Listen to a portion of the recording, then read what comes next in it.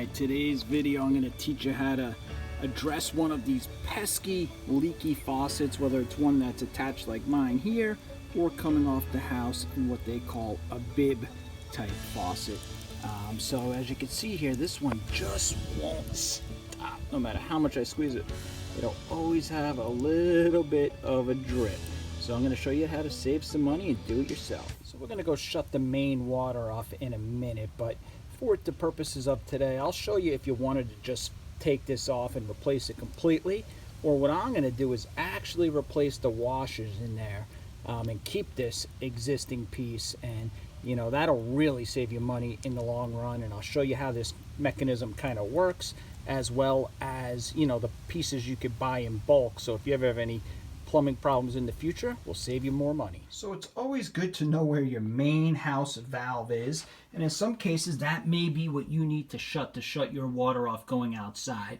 For me, mine tees off over here, and I could just shut this, and this is what goes to the outside of my house. Alright, then just drain it out, get anything out that's left in it, and then we'll find something we could do to take this off. So like I said, whether it's coming off your house on a bib format or like this, the process is generally the same. So you want to get something big. It's always great to have a big adjustable wrench or a pretty good pair of channel locks. And you just get under here.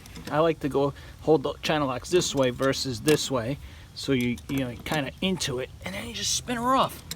And if she gave me a hard time, what I would do is hit that with a little bit of heat from my propane torch. But this one just spun right off, and it looks like it has some Teflon tape on there, which is great for keeping it from corroding. Let's take a look at this now a little further. So I wanted to show you in this old one here how you can change the actual washer that's in there. It's just so dirty you can't see in there. So here's a new one, and I actually made the decision I'm not going to change the washer in there. But as you can see there's a washer that sits on the bottom of that piece that comes down, and usually it just has a screw, and you could change out that washer. The reason I'm not going to change this one out, you can't really see, it's so dark and dirty in there. It actually isn't really, it has a really unique type of screw on it. It's like a safety screw or something, but normally you could just unscrew that, find the right size washer, and you can fix it without even getting a new one.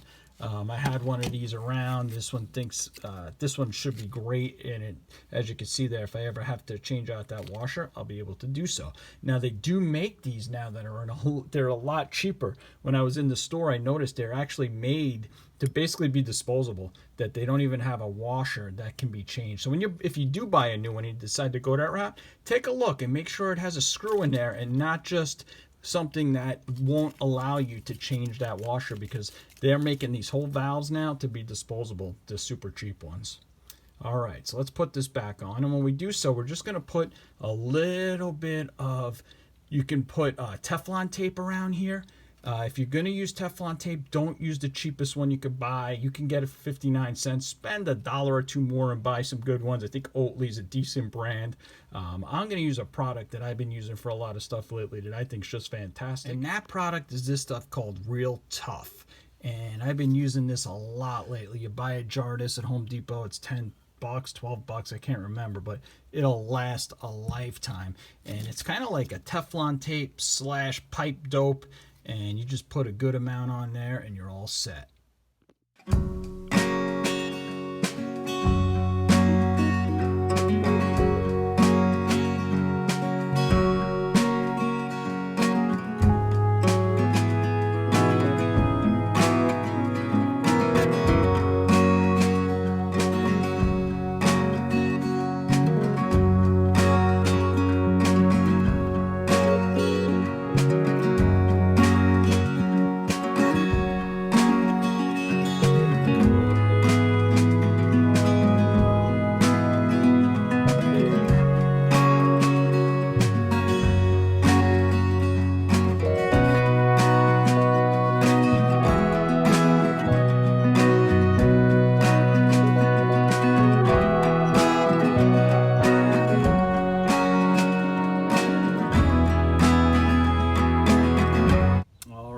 Here's the test. Let's see. I turn the water on at the main, or the one that comes a little air in there. Oh yeah.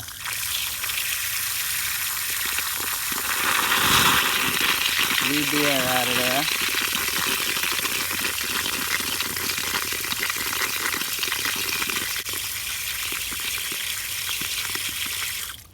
Oh my goodness, how smooth is that?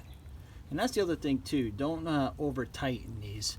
And right above that, as you can see, I had to put a new pressure vacuum relief valve in. And what that does is allow air to get into the system in case it gets closed and a vacuum actually occurs in there. So look at the old one. I mean, what a difference. I cleaned it up to get the model number on it, and then I just found a replacement for that. So now, because I was getting a little bit of leak out of this, as you could see, look at that, if you could see in there, look at the seal was all worn and it was all rusted out in there. So now no leaks anywhere. Don't be afraid to try some plumbing. You know, it's not the hardest thing in the world. Take your time. You can always take the stuff off that you need once the water's off.